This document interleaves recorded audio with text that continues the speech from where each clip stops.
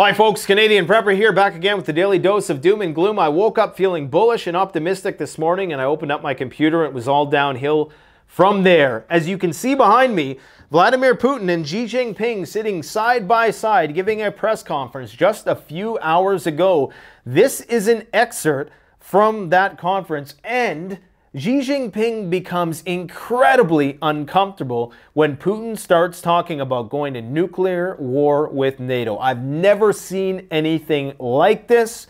This is a critically important clip that will be talked about for days, weeks, and months ahead. And if people can't see the significance of what I'm about to show you, then they are blind. And make no mistake that this was all pre-planned, okay? And that's why he gets so incredibly nervous when Putin gets to the crux of the matter. We also need to take a tour around the map here. We're going to talk about bombers being intercepted near Russia. This was a close brush-in. I mean, I couldn't imagine something like this having happened a year ago. I think the bombs would have just dropped. But the fact that they're sending 2 Stratofortress nuclear bombers so close to Kaliningrad, while the Russians are doing a tactical exercise with some of their best airplanes, is incredibly provocative. And nobody's talking about this. We got the U.S. military back in the Black Sea with their drones. This is important because of what's going on in Crimea. A big event happened in Crimea just the other day. We're going to talk about the pullback in gold and silver and why people should not be worried about that whatsoever. That should be the farthest thing from your mind. In fact, if you have gold and silver, you should be happy right about now, because what I'm about to tell you will hopefully bring you some assurance in whatever sort of decisions you might have made. Kaliningrad exercises, I talked about that. Ukraine continues to strike within Russia on their infrastructure. Everything signals right now major escalation. We're going to talk about the Trump thing, whether or not that's going to go anywhere. For all I know, by the time I release this video, let's take a look at CNN. Nothing's happening yet. Okay, so we're still waiting for Trump to be arrested and for the protests to break out. We may talk about that a little bit in this video. I also want to talk about, get a load of this. Nobody else is going to tell you this today. I'm going to be the first, okay? Remember where you heard it. Governments have already started contracts for hundreds of millions of doses of bird flu vaccine. I'm talking about the big players. Okay, and we're talking about the WHO being involved in this. They're getting it all ready to be rolled out. If you haven't realized it, bird flu is every single place on Earth. It's in every city, and it's infecting all the mammals. It's only a matter of time, and they know it. But they're saying, don't worry about it. Just like inflation in the banks, don't worry. When they say don't worry, it's time to give it a second look. You got North Korea doing mock airbursts, not on a computer simulation. They're literally sending tactical nuclear weapons or nuclear capable weapons with mock warheads simulating airbursts. Okay, these are tactical nukes. Guys, shit's getting real. Now take a look at this speech. This is incredible. Incredibly foretelling. Now I'm going to read it to you. I'm going to be respectful. I'm not going to read it in any Russian accent, even though you're apparently allowed to make fun of the Russians now, because, you know, that's how weird we are as a society right now. We have not ignored the situation around Ukraine. Many of the provisions of the peace plan put forward by China are in tune with Russian approaches and can be taken as a basis for a peaceful settlement. And I will just add an aside here. The Americans have basically rejected this Chinese proposed peace plan outright. They've prohibited the Ukrainians from even dignifying having any conversations, much less peace negotiations, when the West and Kiev are ready for it, as he says. However, so far we have not observed such readiness on their part. Moreover, at the time when we were discussing the possibilities, and this is when you're going to start to notice Xi Jinping become incredibly nervous. One other thing worth mentioning is that all the Chinese dignitaries here are wearing masks, and none of the Russians are wearing masks. That's just a sign of the East-West divide that remains between the authoritarian leaders. Moreover, at the time when we were discussing the possibilities, so he's talking about current events now, this is just a few hours ago, of the Chinese peace settlement plan today, it became known that the UK Deputy Minister announced not only the supply of tanks to Ukraine, but also depleted uranium shells. Now, why is this so important? Why are people so concerned about depleted uranium? For one, the advantage of using depleted uranium is that it's a denser armor-piercing round, which is why they want to use it. Now, the UK government, a spokesperson for the UK government, outright admitted today, which is the dumbest thing, why would you do this? That you were going to be sending some depleted uranium shells to stock their tanks that they're sending, their Challenger tanks. And of course, the Russians have a problem with this, they say, as should the Ukrainians. They should be the ones who have the really big problem because it technically is their territory, unless you're of the Russian belief that you annexed it, it's yours because of the referendum, blah, blah, blah. But the problem is that these can cause cancer, they blow up, and they spew radioactive dust everywhere, and it's a big mess after the war zone, and it basically makes a lot of places uninhabitable. And if soldiers are fighting in a certain region and there's depleted uranium laying all around, those soldiers are likely going to get cancer down the road, possibly sooner than later, depending how much contact they made with it. So it's very important. Now, the Russians are saying that this constitutes using a nuclear type weapon. Okay, now understand what Putin is about to say here. And remember, we talked about this months ago. We've been on this depleted uranium thing months ago, but they're only talking about it in the mainstream now. That's why you should watch this channel more often. Just not toot my own horn, but I'm unfortunately on top of this stuff. Now take a look at this. Look at this. I've never seen Xi Jinping so uncomfortable because he knows what Putin's about to say. Look at him. He's blinking like there's no tomorrow. He is so uncomfortable. He is not happy where he is right now. Now, Putin has been doing this for a year, so, I mean, he's cool as a cucumber when he's talking about nuclear war. He has his whole process that he goes, okay, I'm going to read the rest. He says, it seems that the West has really decided to fight Russia to the last Ukrainian, not in words, but in deeds. Look at that mug on Sergei Shoigu. He does not look happy. Usually in pictures, he looks rather passive and neutral, but this is kind of the true character of this guy, okay? But I would like to note, he says, that if all of this happens, sending depleted nuclear weapons, depleted uranium shells, Russia will have to react accordingly, bearing in mind that the collective West is already beginning to use weapons with a nuclear component. So what do they mean when he says that Russia will have to act accordingly, bearing in mind that the collective West is already beginning to use weapons with a nuclear component? Read the subtext, understand what Putin is insinuating there, and understand why it's so significant for him to be saying this next to his primary ally.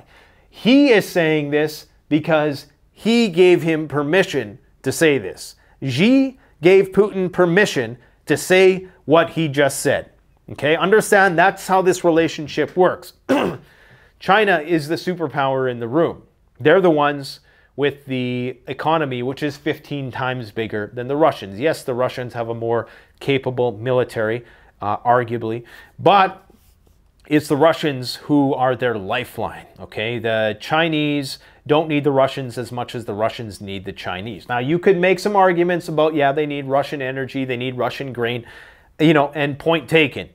But understand that this, in my mind, was scripted. This is significant. This is sending a clear message to NATO. The dividing line, like all that talk of multipolar world, this is it.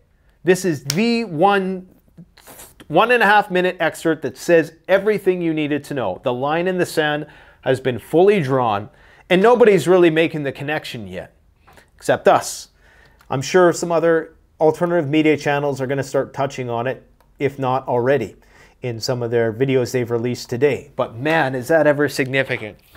I was very surprised to see Putin start talking about a current event and the potential for nuclear escalation well next to Xi Jinping, both of which are incredibly conservative and restrained in terms of a lot of the verbiage that they use to describe conflict.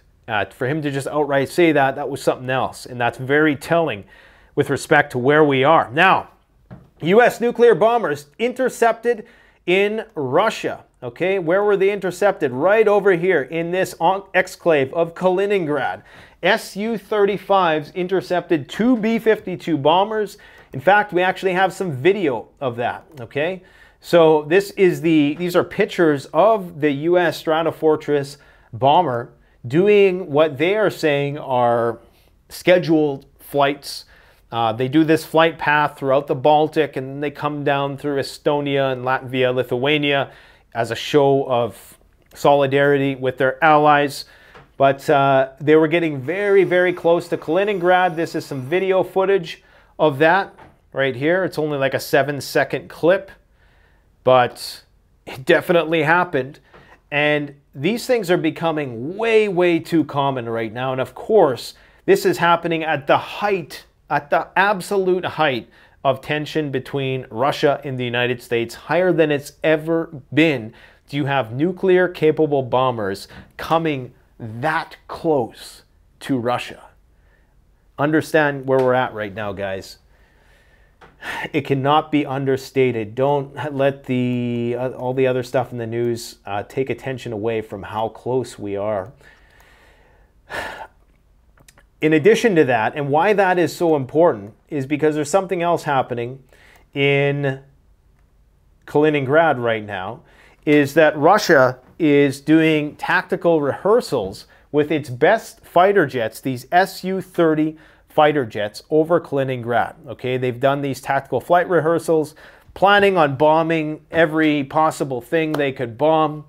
And this is very significant because Kaliningrad is, there it is here, it's where Russia, if they're going to do a major all-out offensive in Europe, it's arguably Kaliningrad's only purpose is access to the Baltic Sea and to act as a staging ground and launch pad for any sort of major offensive, strategic offensive that the Russians might have to commit to.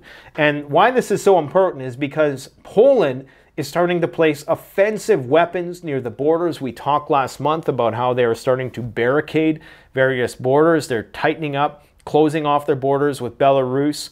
So the whole playing field is becoming shaped. Right now, I think the United States just christened the first permanent garrison in Poland, more than 10,000 troops. They have several bases there, but I think this is the first permanent base in Poland. And of course, we had those comments by a Polish diplomat the other day saying that they would go into Ukraine, they would enter Ukraine if they thought that Kiev was about to fall. Now, the Polish government quickly walked back those comments, but understand that they just said the quiet part out loud. Just like Xi Jinping and Putin said the quiet part out loud, okay? So that's what's going down there. So there's just a lot of flight activity. On the topic of that, guess who's back in the Black Sea? The drones. Now, I was thinking about this. Okay, this is one of those what is this one? This is an RQ-4B Global Hawk. Okay, this is from Flight Radar. It looks like it took off from Italy. And notice something. This is where they've been doing these flight patterns. The one that was shot down had its transponder off. It was shot down right around here. It kind of drifted into the ocean somewhere. They're not sure if the Russians found it. The United States government is saying they didn't find it, which makes me think that they probably found it and recovered it. Anyways, so this thing is going back and forth here. And notice, I mean, I don't know if this constitutes human shielding, but you see all of these civilian planes flying through here. Now, if the Russians were going to intercept this and do it in such a way not to put these other flights at risk, they would have to be very careful. Now, obviously, this is a huge space, so if they shot a missile, the likelihood of it, hitting anything is very, very small. Surface-to-air missile, though, there is a possibility that it locks on to something else. So they would have to scramble some jets and understand that the reason why this surveillance drone is so important right now is because up here in northern Crimea, the Ukrainians blew up a storage of cruise missiles, very expensive cruise missiles, probably millions, if not hundreds of millions of dollars worth of cruise missiles, okay? Just yesterday, probably hundreds of millions is pushing it, but a lot. And of course, they're worth a lot more because they're in such short supply at this point in time. These drones, to the best of my knowledge, have a surveillance range of around 360 miles, which is easily within reach.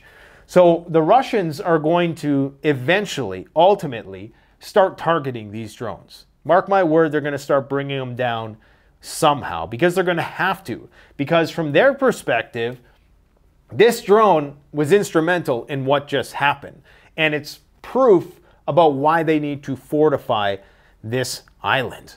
Okay, so I have a sneaking suspicion that we are going to see more down drones for that very reason, because there's a good chance, there's a very good chance that either this drone or some other US intelligence gathering device was leveraged in terms of planning out that attack on Crimea recently. It was a drone attack. So anyways, I mean, I'm sure they got boots on the ground. That's not to say that it absolutely was the case, but they're flying the same flight path. And eventually, you know, I could see an accident happening here.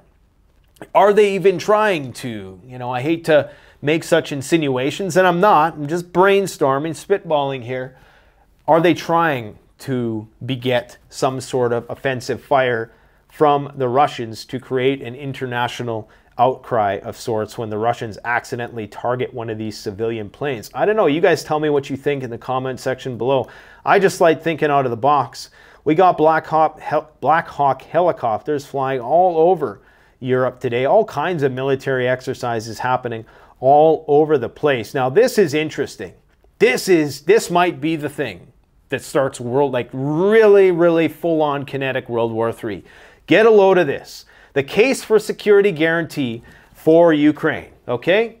Now, this is from, I can't make exact, I think this is from Foreign, I can't remember the place where I found this article, but if you just take some of the text here, throw it in Google. The Atlantic Asian Security Community.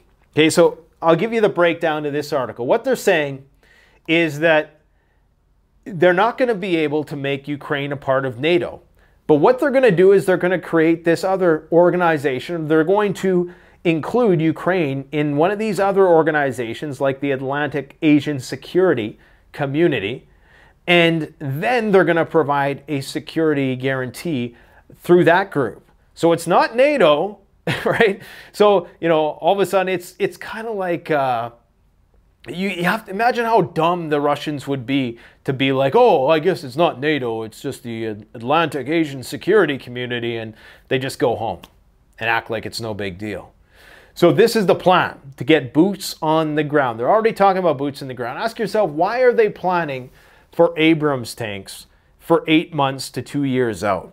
You know, do you really think this war is going to go on that long at the current burn rate? Most people don't think this war is going to go past summer unless it goes nuclear. Because right now there is rumors from German intelligence, according to a NATO insider, that Ukraine is planning a major offensive in the Zaporozhye region to try to take back the nuclear power plant, cut off the land bridge between Crimea and Russia, which would ultimately be the precursor to a full invasion of Crimea. And that would make sense as to why the Russians are fortifying Crimea so much and why they have so much activity going on in the Black Sea, why the US drone is out there in the Black Sea. All the pieces line up for that. That's probably what's going to happen. If Ukraine fails in Bakhmut, which is the centerpiece of this conflict, whoever wins Bakhmut effectively at this point in time wins the war. Because after that, the Russians have, you know, a clear run through the Donbass and probably as far as they want. After that, the Ukrainian military could potentially fall apart really quickly. That's what I'm hearing from military expert analysts who are objective and not just shilling for one side or the other. But they say, you got to read this article, man. It's incredible what they're planning on doing. And this could be the thing that actually, you know, starts World War III. I'm not going to go into great depth about that, but you guys get the gist of it, I think.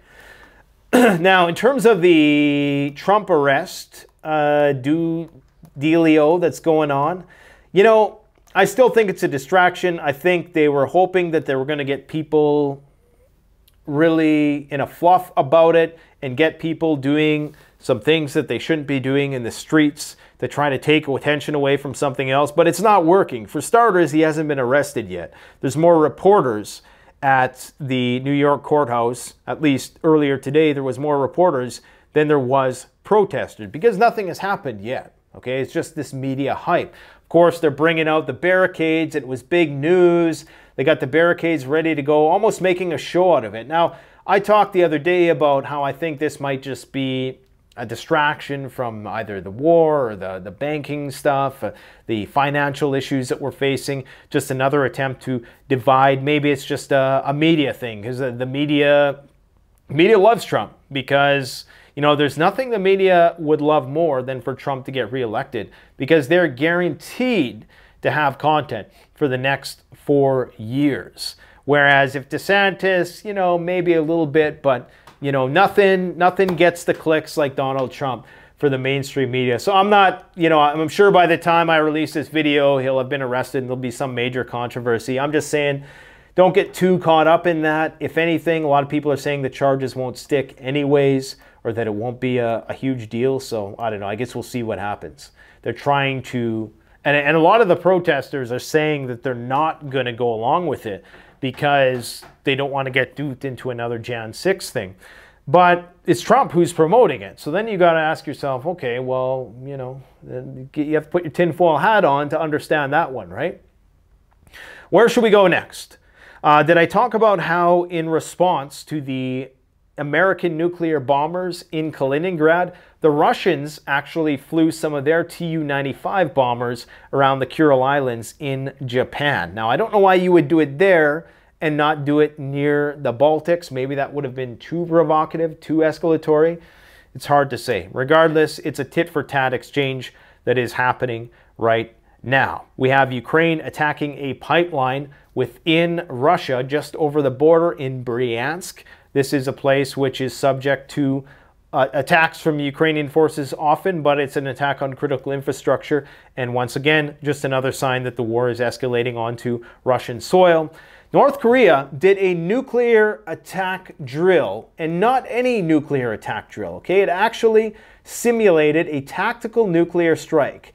So they fired a missile tipped with a test warhead simulating a nuclear payload, and they detonated it 800 meters above the ground. So it was simulating a tactical nuclear airburst.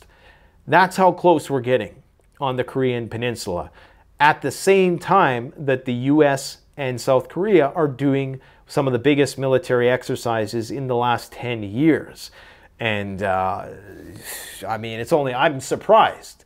And the interesting thing about that is that it was an 800-mile missile detonated 800 miles away from North Korea, or kilometers, I think it was, into the Sea of Japan. So tactical from a North Korean perspective, you would think that would be, you know, within a range of South Korea. You know, they wouldn't need to go that far. But clearly they're making a statement that we could hit Japan, okay? Like, we could hit Japan with our tactical nuclear missiles. One of those missiles would likely black out Tokyo.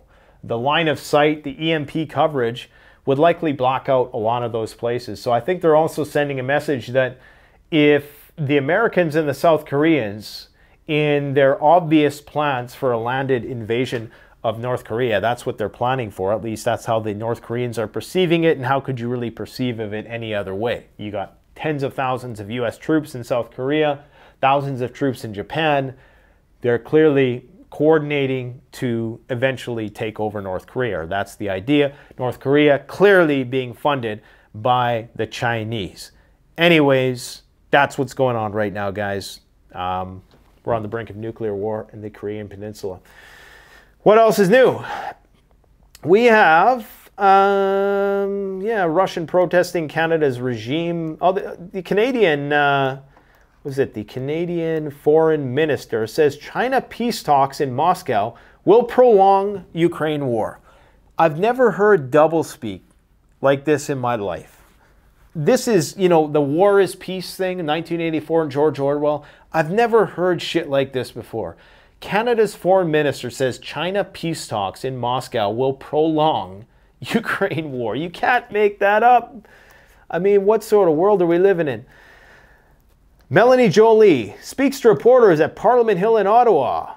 Says China's attempts to broker peace in Ukraine will likely only help Russia rearm and prolong the conflict. You see where this is going, guys? This was interesting. U.S. should not cooperate with International Criminal Court on Putin arrest, says John Bolton. John Bolton, the guy who's saying we should get into a nuclear war with Russia, in a different words, obviously. He's basically saying we shouldn't arrest Vladimir Putin. Now, why would this be the case? Why isn't the United States a signatory to the International Criminal Court, the Roman Statute? Well, maybe it's because charges have been levied against them in the past and they don't want to recognize the International Criminal Court. I don't know, just a hunch. Just a hunch, man. I'm trying to see it objectively, all right? Now, we need to talk about, okay, we got gold and bird flu vaccines. Let's talk about this quick. I'm not going to make a huge deal about this, but you guys will.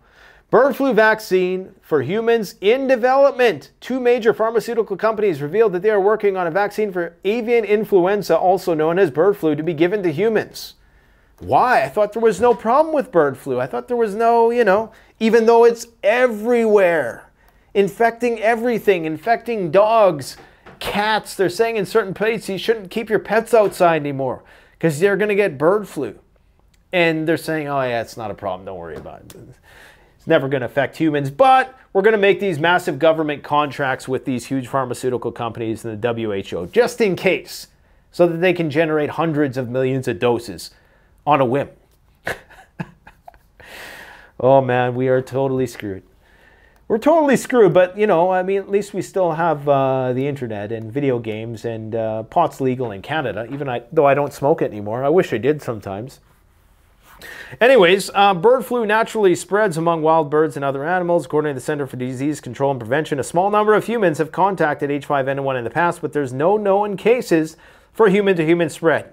You know, that's why we're not panicking about it, but we're getting prepared to roll out hundreds of millions of doses. Now, there has been some suspicious lockdown activity in some Chinese cities in the past couple weeks. They're saying it's for type A influenza, I believe that's what it's called, but some people suspect that it's another form of the COVID, and others are unsure as to whether or not there's been some sort of bird flu spillover that has happened. Anyways, who knows? I'm sure we're going to find out soon enough. And this is not just, you know, one random article, guys. This is all over the internet, but it's just not making any headlines, okay? Here's another headline. I believe this is from CBC. Vaccine makers prep bird flu shot for humans just in case as rich nations lock in supplies. Yeah, I'm sure the poor nations are just beating down our door for that right now. I'm pretty sure in South Africa right now they're concerned with the cities burning down, just like in France. This one I wanted to make note of before we get into the gold stuff, because guys, as you probably seen in our AI video that we did yesterday, if you guys really like that video, we'll start doing more of those, because you can't be a technophobe in the brave new world ahead. You have to absolutely be ahead of the curve when it comes to leveraging technology. You can't just be some backwoods shut-in. You got to be part Mad Max and part cyberpunk if you want to survive what's coming. Cyber criminals are using AI voice cloning tools to dupe victims. The reason why I bring this up, because I have a prediction to make. Right now, people are still falling for that stupid scam that's been going on for the longest time. That, I mean, you got to be really naive to fall for this scam. Okay, and it's a scam in the comment section where people who use my avatar have a completely unrelated name, because we keep blocking them. We've probably blocked thousands of these accounts. And so the names that they use have to keep getting more obscure. So now the names are just phone numbers and digits and slashes. And I mean, guys, if you're falling for that, then you got to work on your street smarts because you ain't surviving SHTF. All I'm saying is that what they're going to start doing next is they're going to start taking my voice and they're going to start sending you voice texts. So the people who fall for that and give these bots or scammers their number, they're going to use AI to clone my voice, and it's going to make me say something like, yeah, you know, thanks for supporting the channel. The best way you can support me is send me some money to PayPal to this account or something like that. That's exactly what they're going to do. There's a whole business about it. They wouldn't be in my comment section if people weren't falling for this shit. So guys, stop falling for it. Use your freaking heads. I think I have to make a dedicated video about this because every single day I continuously get emails. I cannot believe people are falling for this, okay? But this is the concern, is that they're going to start cloning my voice, and they're going to start, and not only with scamming, this is going to be a huge, there's going to be so much fake news. You're going to hear me come on here and I'll say stuff that I never said. I'll say things which are offensive and are going to draw a bunch of controversy. And of course, I'll never say these things. And Google and all these platforms are going to be tasked with having to discern what's what in order to preserve people's reputations who, you know, it's going to be very easy for people to just make stuff up. And so that's why I wanted to say this. Maybe I'll do a dedicated video on that. And the tools that we use to make those AI videos, that's nothing, man, okay? We got a guy on our team now who can do the deep fake stuff. So we're going to show you guys what they are capable of doing. And I mean, it's going to be a lot more convincing than what we are even capable of doing. So just imagine what governments can do, okay? Imagine when this is deployed on the nation state level. Now, people are concerned about the price of gold pulling back a little bit today. This sort of correction is expected, but something you need to understand about what's going on with gold, okay? Number one, we're past peak gold production in the world. They're saying that most of the supply of the mines, the gold mines, are going to be depleted in the 2030s. Understand that what that means for the price of it. If the amount of it, that means it's going to be less inflationary. That's one of the arguments the Bitcoin bros always make. Well, yeah, gold is inflationary because you keep on making more of it. You keep on mining more of it. Every time you mine more gold, doesn't the price of the gold on the whole go down? No. In fact, that's a far better monetary model because you're constantly innovating new things. Unlike Bitcoin, where, you know, the amount of it remains finite, even though it's infinitely divisible. The problem with that is that when more people buy into it, the people who hold it get richer and richer. That's not how a store of value is supposed to work. A gold coin should buy you the equivalent in technology in terms of the development of that era as it does now, as it did back in the Roman era. Okay, there's the comparison that, you know, in the Roman era, a gold coin could get you one of the finest robes and whatever they wore in the Roman era. Today, it can get you one of the finest suits. Okay, so the idea is that it holds its value across time. The real value, not the nominal value, remains unchanged. Central banks bought the most gold they ever did last year. It was a record. The countries who are buying it are all the countries that are about to start war. One thing to notice is that after the Great Recession, it wasn't until after the Great Recession and after quantitative easing started, and there was a lag because the Fed started QE here, and then it wasn't until after that that the price of gold really started to rise, and I think it peaked in 2011, 2012. So there's still time. And again, you don't get into gold thinking you're going to make money. Gold is strictly as a way to preserve your wealth. When you're worried about the value being depreciated of money, of bonds, of equities, of real estate, you diversify into gold. And I'm not suggesting you do this. It's not financial advice. I don't want to be like the financial bros right now who are being sued because they promoted BlockFi and all these other shit coins and FTX and all that crap. that's something we'll never do here anyways, because if you were investing in BlockFi, if you think that, you know, that you were able to get 10% return because you lent this thing your crypto, I mean, I don't know, man. I got a bridge to sell you to somewhere. If you fall for that, that's your own damn fault. That's all I can say. Anyways, and don't fall for anybody who's trying to sell you a financial course online. Think about it. If they're trying to sell you a financial course, just think about that. If they're so good with money, why do they need your money to do a financial? Come on, guys, use your brain. Anything you need to know about finance, you can learn online for free, okay? Now, somebody offering you a prepping course, like city prepping or something, that makes sense. That's something that, you know, that's respectable in my opinion. But financial courses are a dime a dozen. You're gonna get rich quick. No, you ain't. You just gotta work hard. Anyway, sorry, I'm going on a tangent. So yeah, so the price of gold, I anticipate, because remember, the debt's higher than it ever was. Gold kind of retraced to what, 1,000, and now it's kind of back up where you think it should be. I think we're about to hit another leg up here because quantitative easing went through the roof in 2020. Now, interestingly, what Lynette Zhang said to me in our interview last week, go watch that video if you haven't watched it yet. That's a real gem, man. She told me, and it was like an epiphany, okay? When she told me this, I was like, yeah, how can I not put it together? Bitcoin came out right after the Great Recession. There was no, like, Satoshi. Who the hell is Satoshi?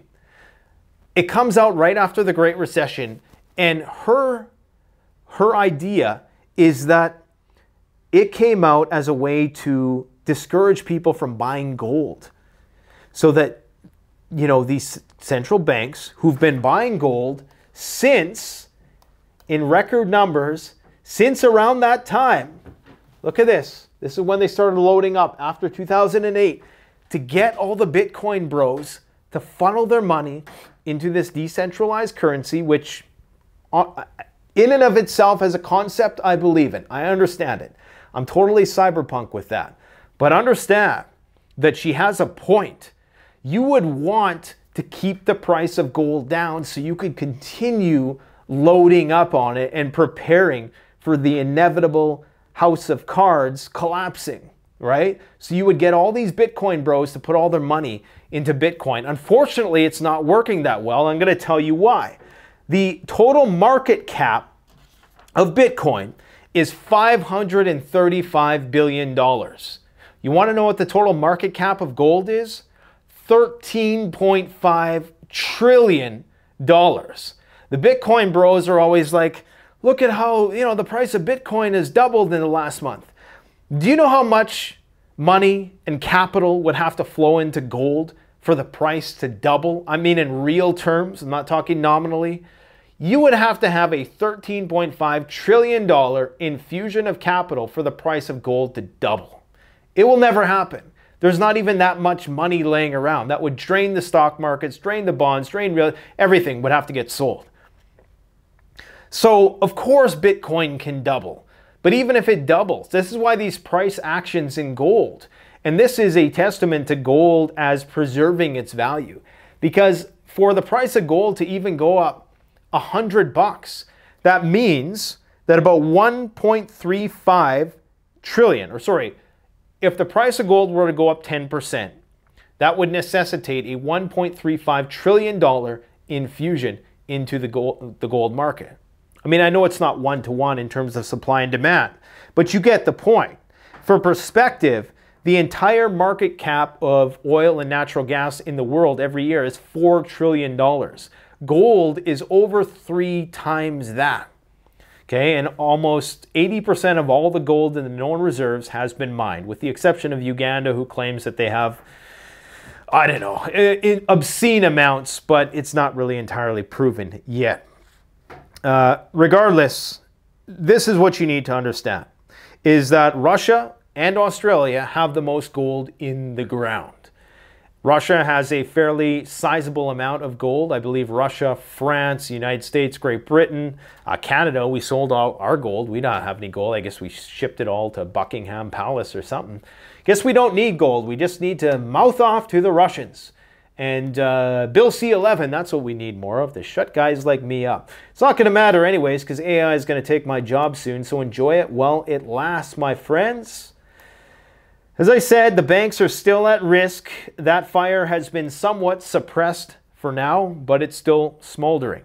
Okay, there's a lot of financial channels on here that are sending out bearish warning messages right now about what's to come with the banks. So indeed, I don't think that problem has been resolved quite yet, not at all. I mean, we're still in more debt than we've ever been before. According to the Truflation figures, if you believe that website, inflation is actually down quite a bit. But I guess we'll see. You know, inflation is not deflation, not quite yet. Some people are predicting hyperinflation. Some people are predicting hyperdeflation. Either of those things could come to pass. Both are going to royally suck because one entails a Great Depression and the other entails riots in the streets. I guess they both entail riots in the streets. Did I touch on everything here? Talked about the phony baloney protests. Talk about China and Russia signing new agreements. And what else do we got here? Oh yeah, these are some naval drill footage from South Korea. Shit's getting real, my friends. So don't worry about these price corrections with gold. I mean, if you're worried about that, you don't buy gold and then go and look at the price. Okay, you buy gold, you put it away, and understand that it's there as a store of value. There's always going to be people who are maybe blowing it out of proportion a little bit. I mean, I personally, I don't carry a lot of gold, to be brutally honest. I don't keep any precious metals near me or on my person or in my home. It's all in designated safe places where I'm not going to say, obviously. But, and I don't have a lot of it. I encourage you to primarily focus on your freeze-dried food, your preps and things of that nature. But if you're a person who's worried about preserving wealth, it might be of interest to talk to a fiduciary and talk about the pros and cons of gold. We'll leave it at that. Okay? Thanks for watching, guys. Don't forget to like, comment, subscribe. If you have any insights to add about the things that I talked about today, I'm looking forward to hearing about it in the comment section below. Take care.